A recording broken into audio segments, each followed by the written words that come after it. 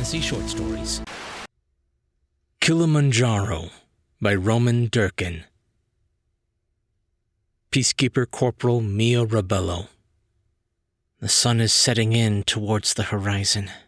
The light casts an aura of orange and yellow upon the vast rising peak of white and black that beckons us ahead. It is our home, our sanctuary, our hope we must defend. It is Kilimanjaro, and for it we will sacrifice all. Between us and our destination is the savannah, a patchwork of yellows, browns, and greens, broken by clusters of acacia trees and the great metal fragments that came down from the sky a lifetime ago. Panels of blue glass shattered and cracked, now grown over with whatever vines can find purchase. We heard stories of what cast them down, though none of those matter at this moment. What does matter is the half-dozen white Renault Sherpa armored transports moving their way over the dirt track we have carved through the grasslands. I do not know what a Renault or a Sherpa is, nor do I care. I care that these are the last working vehicles of their kind we have. I do know they carry what salvation we may have left for those that dwell on the slopes in the distance. These craft still bear the emblem of our order, the peacekeepers, the scions of the United Nations. Only one of us here remembers what such nations signify, but its creed of protection, its sigils, these are the bonds we must treasure. Some of us question why we call ourselves keepers of peace when we have never known that. When we see all that we have left, when we lay eyes upon that which we must fight, it becomes evident enough that peace must be what we strive for regardless. 3 of us stand atop these Sherpas as they make their way, powered by hydrogen cells we scarcely know how to keep maintained. We are clad in armor, tuned to the best of our ability, laid over our bodies in their exoskeletal form, built as they were by the disciples of DARPA. Who DARPA was, we also do not care. That they sculpted the elegant and compact piston-like segments that line our limbs suffices here. We hold in our augmented arms sharpened osmium glaives, each twice as long as we are tall, fashioned as one solid form. Within the vehicles are the projectile weapons we were once trained on when we were young. But even the chemicals that form the propellants within each bullet are becoming beyond our ability to attain. Each grenade, each round is precious and can only be used should our engagements become most dire. But there are more important things than just our capacity as fighters. Who we ultimately fight for are the people clustered in those hovels and structures as high up on the Kilimanjaro slopes as is livable. We farm what we can on volcanic soil. We make what we can from the minerals we can scrounge. We tend to what our fathers and mothers bought a generation ago. But it is not enough. Our home can only yield so much. Sickness and disease will follow in such a tight space. That which was bought a long time ago can only last so much, can only be made anew so many times. We have ventured out, beyond what we would nominally consider safe, toward the distant shores of Lake Victoria, investigating and risking so much. To recover supplies from ruins of a world before, as was directed to us by the eldest here. The anthrophagy have surely caught our scent by now. It is impossible that they have not been aware of us. My glaive is ready, and my exoskeleton is fastened tight. I am ready for them. Peacekeeper Lance Corporal Ananias Safiri. I lift my visor to feel the cool wind on my face. I turn to the sky, now streaked with rows of purple and red.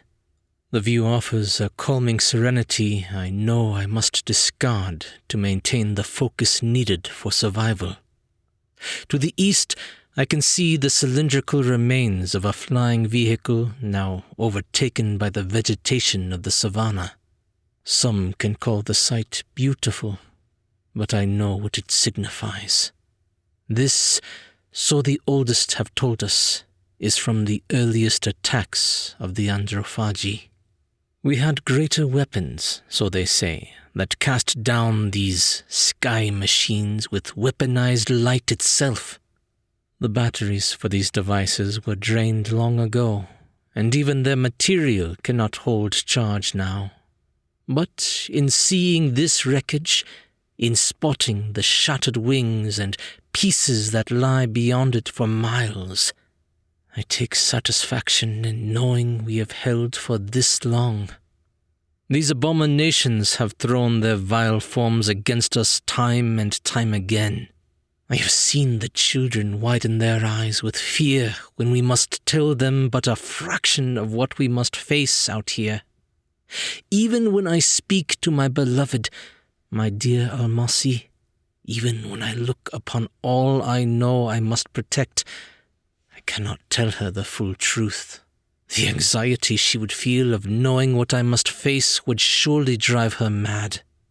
I have no pity for this plague. They seek what we worked to build here, as the last bastion of a broken world. They seek to plunder that which they surely cannot understand.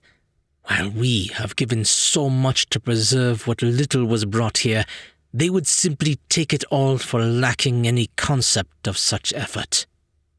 I have no shame in loathing them.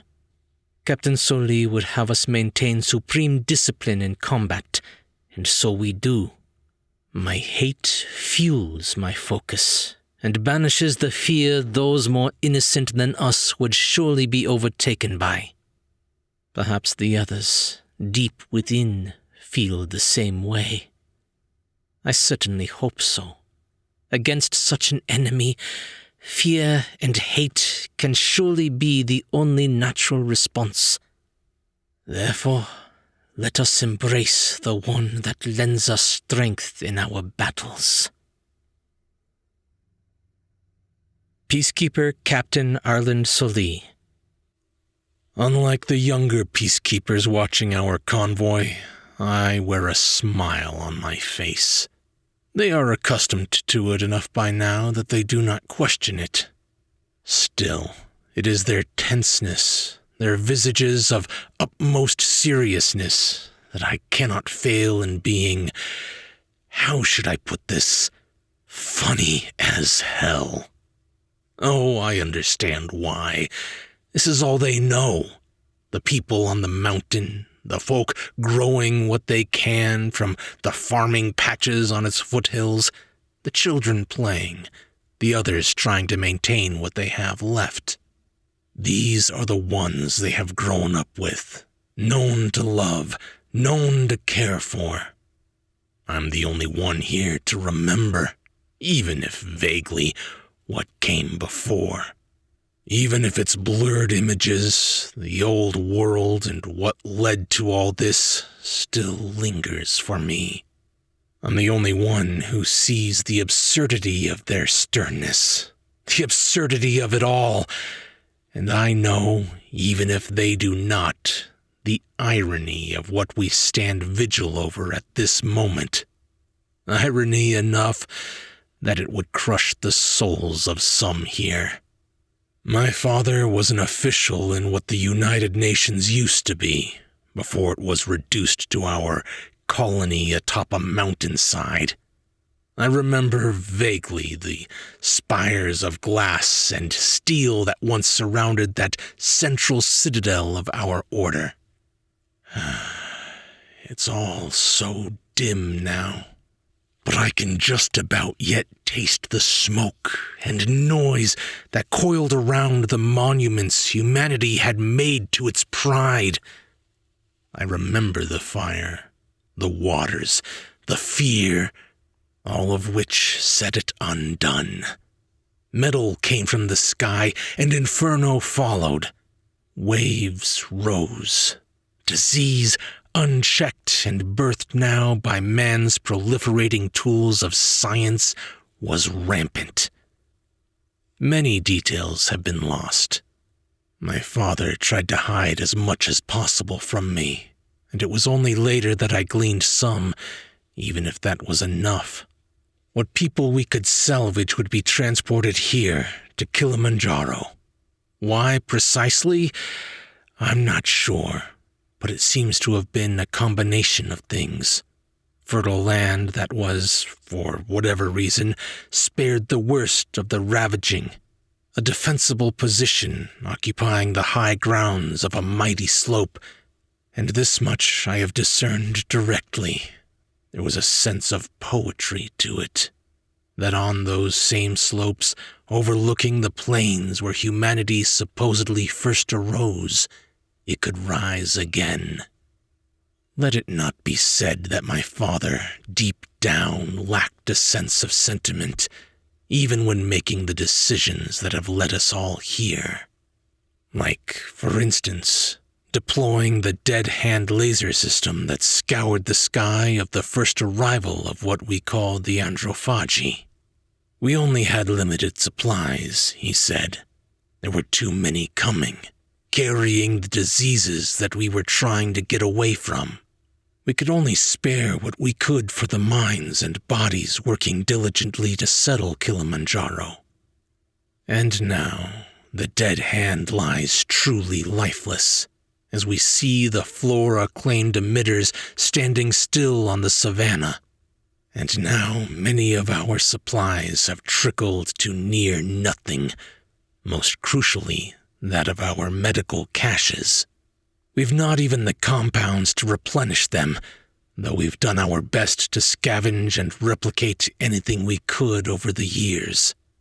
My own leads took us towards Lake Victoria. Beyond a certain distance, everything is considered dark, unknowable territory lost to the anthology or the ravages beyond. The Sava forests, the ruins of Arasha, the foreboding plains of the Serengeti. From those places I had already picked up the clues we needed to make this dangerous venture.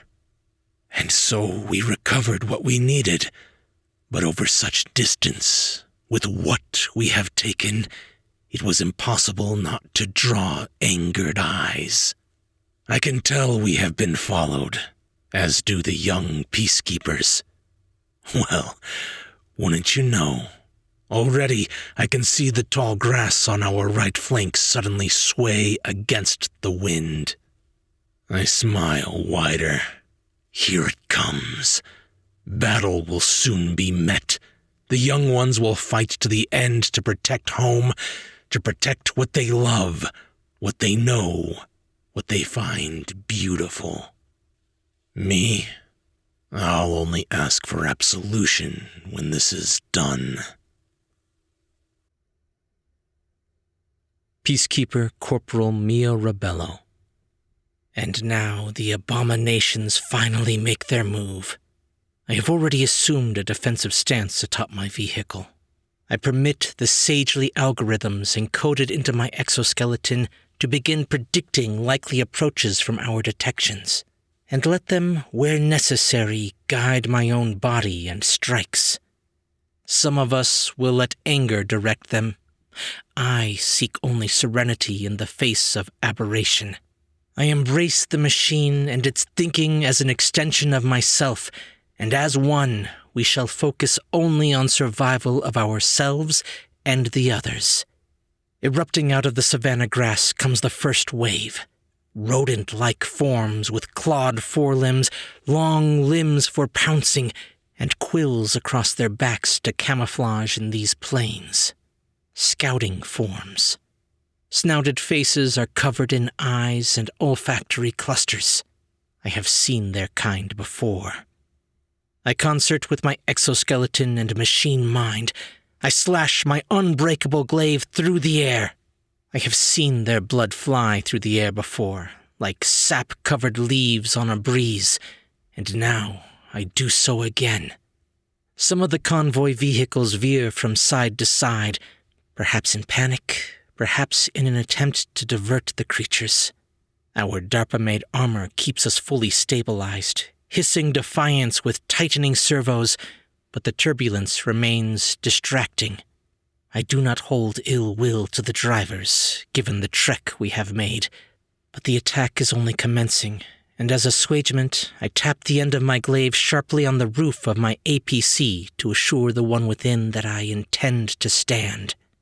More lunging shapes come through the grass. I am sensing more numbers than they would usually send in such a wave. We have evidently taken that which they find precious, as if they deserve it. To the rear, serpentine contours flick and dart across the dirt road. Veiny simian arms emerge, bulging beneath viscid carapace to pull them along, even as coiling bodies then send them disappearing back into the grass. Likely a prelude to a flanking maneuver. So Lee and Safiri will already have the information flashing upon their visors. I do wonder why the next pouncing attack from their scout forms we saw moving in has not commenced. Then, as a dozen screeching sounds worse than any sound our vehicles produce cuts through the air, a storm of teeth and claws sets upon us. Peacekeeper Lance Corporal Ananias Safiri. Abominations. Atrocities against all that is pure and natural. Anathema to all that we love. This is all they are. Well, to me, despite their delusions otherwise, they are but prey. From the sides, more of their scouts leap forward. Behind them come their next attackers, sporting the limbs and musculature of the Panthera apex predators we have seen before. Even if their visages are naught but slathering putrid pits of teeth and spines, even if their limbs unfurl glistening membranes that see them glide through the air with each bounce, they mock the delicate artistry of nature itself. Up ahead are acacia trees clustered by the road. From those leap more androphagy filth. These ones fly in on the wings of bats, but their faces are nothing but giant venom-sodden fangs of arachnids twitching in spasming frenzy. They must have anticipated our route, moved ahead, and executed this ambush. How amusing. How easily their desperation is revealed, if now of all times they resort to such tactics. I leap into the air myself to meet their incoming horrors. My exoskeleton has already calculated the precise trajectory to land on the next vehicle. I stab, twist, and spin my glaive with speeds that paint the air with trailing streams of ichor as I tear through muscle and bone. They bleed like us, but they have not our hearts. With a thud of metal upon metal, I land on the next Sherpa, and immediately I turn to drive my blade into the serpentine thing that was trying to grasp onto this vehicle. My senses had already picked it up as I landed, and it is with raw relish that I plunge the glaive through distending jaws hanging below a twisted simian face bearing multiple sets of eyes. I have not a moment to return its hateful gaze before I spin around with a turn that twists the rest of its mandibles apart in a red blossom of tearing sinew, and rend open another panthera trying to leap upon me. How gratifying! How glorious! Not in a time have we fought as this. My rage has given way to purest satisfaction, delighting in the crimson with which we brighten the colors of our own technology and the yellowed grass around us. Something bites and lunges towards my ankle, and I let my exoskeleton drive my glaive for me into another serpentine attempting to spin its way upon the truck, while a servo-mailed hand reaches down to grab another quilled rodent attempting to surprise me from underneath. I give it a moment to let it see my face through my visor before I crush skin and bone with a burst of maximized strength delivered through microhydraulics and tensing nanofiber. In my hand, the skull cracks with all the ease and satisfaction of an eggshell. Wonderful. There is a shout from the front of the convoy, even as Rebello spins and slashes with all of her beautiful dance-like grace. I can see the foremost Sherpa veer and swerve alarmingly. The airborne arachnid bats are concentrating upon it, to my chagrin. Soli, even as his boosted movements compensate for his age, seems to be struggling to counter all of them. He is even reaching with his hand into a case atop the vehicle, drawing our last resort to use the precious projectiles we still have. I will not let them overcome that most crucial vehicle, or we are stuck out here. I let my exolimbs charge, and I leap forward to aid him. Something bursts from directly below me, something that clasps around a foot and pulls me down. Peacekeeper Captain Arlen Soli. I can see the venom trickling from Onyx Chalicere, hissing as it lands upon the white metal below us. I can see the sharpened talons ending bony limbs come toward me as I let automatic movements counter them with my glaive. I'm kept steady as the driver seems to panic below me. Good old DARPA, keeping us alive after all this time, even as the sorry bastards are long dead themselves now. My other arm is trying to get to the relic stored away in the container behind me, the Anivolis machine gun kept within. What is precious is not so much the weapon, but the complex explosive-tipped rounds it demands. We are not commanded to use it until those rules of engagement, now doctrine most sacred, dictate the situation is desperate enough. It damn well is right now. Everything I've lived through, everything I've come to know, has dulled my soul to the fear others would be feeling right now. The fear of being torn apart by toxic teeth and enraged claws. Hell of it is, I don't even blame these winged bastards now trying to swarm me. If anything, despite the noise, the sensors alerts flashing all over my visor HUD, I've only vague, fleeting pity. Finally, I draw the Evolist from its container. I won't think too hard about the magazine. We're not going to need it, really, if we're going to get through this. The others would hardly be able to take it if I explained why.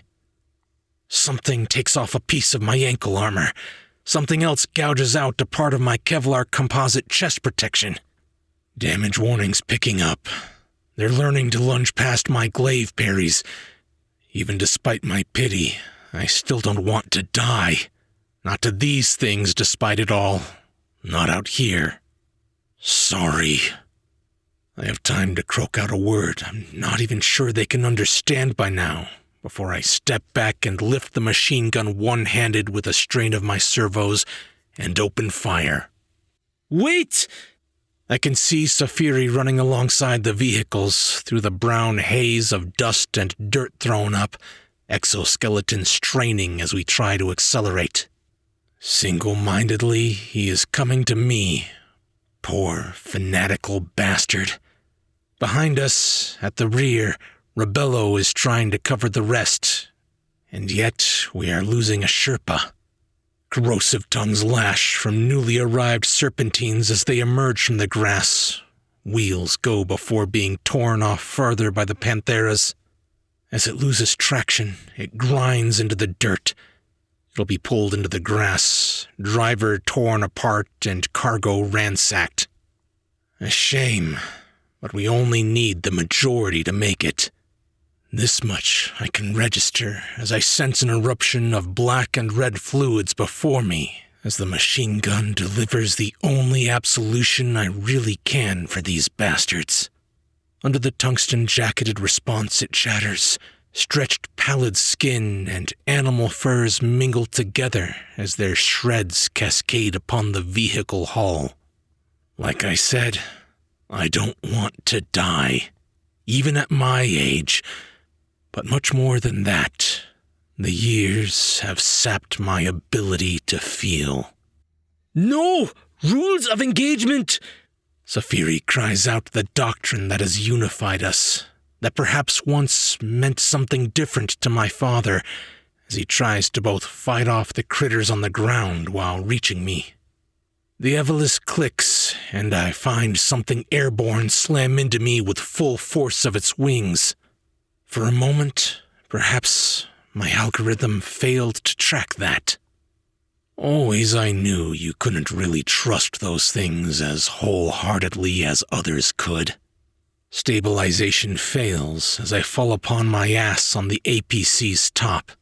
I let those same systems still lash with my glaive as I did into the side of the bat-like thing trying to pin me, but another is already coming from the side. Maybe I've been lying to myself. Maybe I do want to die, deep down, after all. Maybe it's not just the guilt I've kept to myself about just what's been done before, but what we're also yet to do. Safiri leaps in, slamming his boots into a mass of fangs with enough force to break open the toxin-covered black cartilage. His blade deals with another as he roars out all the anger young people still call on. Brave bastard. Oh, if only he knew what I do. I can feel pain within me. Perhaps it's just a drop of poison that seeped in through just the slightest cut in my armor. Biometrics aren't picking up anything, but they're not always so precise. And for the first time, I do suddenly feel a sense of shock. Safiri cries out. A fang has got him, finding its mark through those crucial tiny gaps between shoulder plates. Poison, designed to attack our nervous systems down to the minutest nerve ending, will be entering his flesh right now. I rise up, and this time I let my glaive thrust in with full velocity as I draw in a breath. Crying out, losing that precious composer of hers for just a second, Rebello comes leaping in. That will lose us the second last Sherpa, already on the verge of being overcome, but a comrade, a friend, that will always override everything else, it seems. Safiri's already dead, but he's fighting still, body's failing, but he lets the machine know his will is unyielding, even in these last moments. Peacekeeper Lance Corporal Ananias Safiri. I wish to cry for my loved one, dearest Almasi, who has kept me strong all these years. My eyes will not be able to register my own sorrow in these last moments. I wish to shout my thanks to my comrades who still fight for me even now. I cannot summon strength to my voice as my breathing fails, sensation vanishing from my form piece by piece, as if it simply never existed. I wish to shout my rage to these monsters, but by crushed skulls and their ichor beautifully staining the savannah, they have already felt it. Perhaps it was destiny that sends me to die here, to fall for our home, even as we come so close. It was something I knew was always a possibility. But we have fought off enough of them that we should still get those crucial supplies through. We shall survive. Our children will still grow. That is all that matters. Our home will still prosper. It will still be pure. That is all that will ever matter. My exoskeleton still moves, but once my thoughts cease, it will shut down.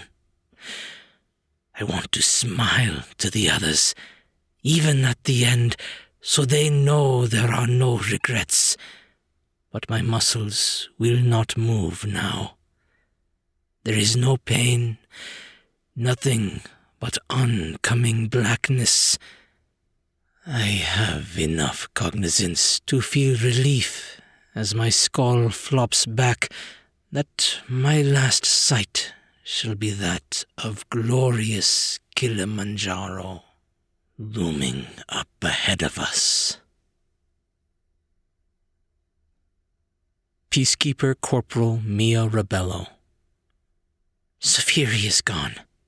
I move with ever greater precision and swiftness, darting and leaping from vehicle to vehicle, spearing and cutting from a dozen different angles with each arc, just as the anthology attempted to overwhelm us from multiple different directions. I return unto them their own tactics, countering every lunge and pounce. Even though sorrow and anger demand I let them through, I grasp onto the cold purity of composure, and let every blow instead avenge what we have lost. Finally, the things seem to be moving away. Ahead, the road rises onto the outer foothills of Kilimanjaro. Our guard posts will be coming into view soon. We can have reinforcements if necessary, and the anthology have lost enough already. First, their fast movers peel away. The last of their flyers, trying to resume their attack on the front, give up. Enough were burst open like ripe fruit by the bullets Soli saw fit to discharge. If anyone would know when would be the time to spend precious projectiles, then it would be him. Once the attacks stop, I assume another steeled defensive posture. Once my trackers put up nothing more, I jump to the fifth vehicle as Soli looks over Safiri's body. It is done. We are almost home, I utter, looking up to the peak rising up before us. Time enough to save it. Time enough to bury him. Indeed, Soli nods. It's better for him this way. What do you mean? I utter. We have the supplies you said we needed in order to keep us surviving. For our people. We do. Yeah, we do. Soli lets out an odd chuckle. The old man mystifies me, and not for the first time. Captain, what is it we have precisely? You said all that about vital compounds. Compounds, yeah, and more. It'll all be all right. You'll see. This time, a laugh comes out, and he turns away to avert his gaze from my own. I shake my head before turning to bask in the view of Kilimanjaro before a disappearing sun. I see, further atop, the glint of our rooftops nestled amid the trees and foliage growing upon our sacred slopes of the agricultural strips fed by her ancient soil. We can tell our own now that hope remains. Unless, of course, Soli has something to say. Peacekeeper Captain Arland Soli. Our medicines are running out. Our weapons reduced in practical terms to blades of old. Our future, from matters logistical to breeding, very much in question. And so I spoke to the others. I delved into the records of my father. I sought from what we gleaned of the old world to find our salvation. Though it was perhaps not the one many hoped for, that much I certainly did. The anthology, that's merely the name we gave to our assailants, to disassociate away from what my father's generation had done, to preserve what he saw as the only salvation of mankind, where only what we had could be saved for a special few. He tried to make Kilimanjaro a sanctuary only for them.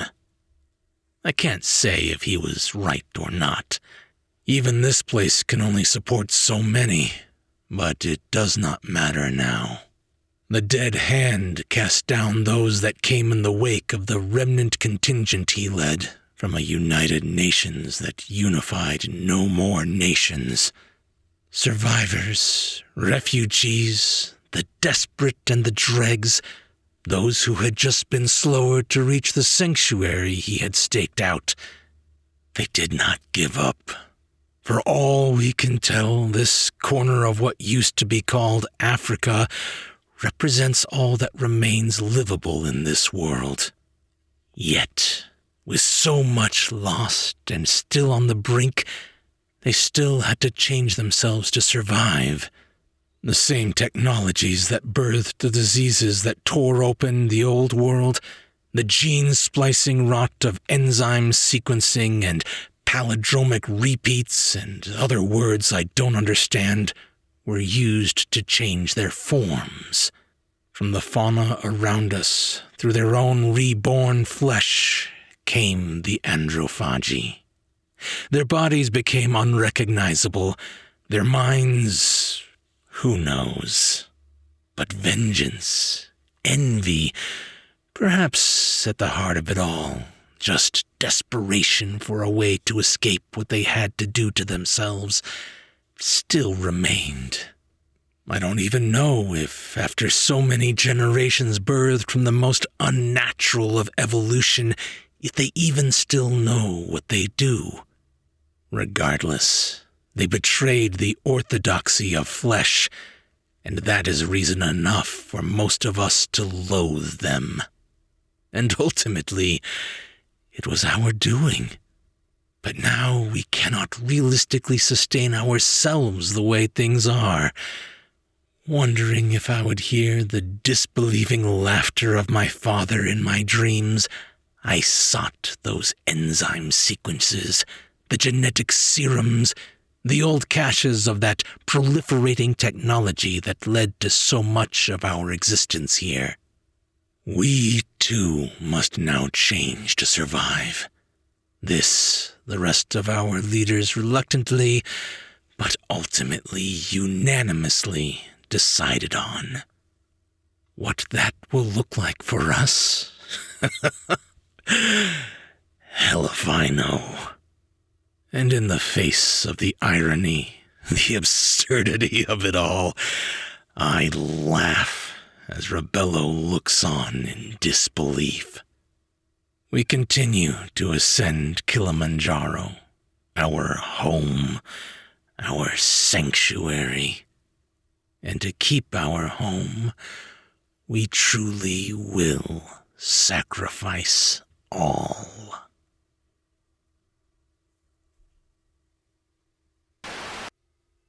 Based in London, UK, Roman is an up-and-coming writer who always strives for variety in his work, be it serious speculative dramas to, as others had put it, the totally gonzo.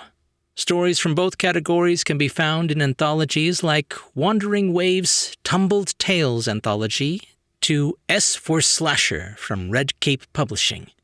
He also dabbles in film reviewing as a hobby, as well as other arts-related pursuits.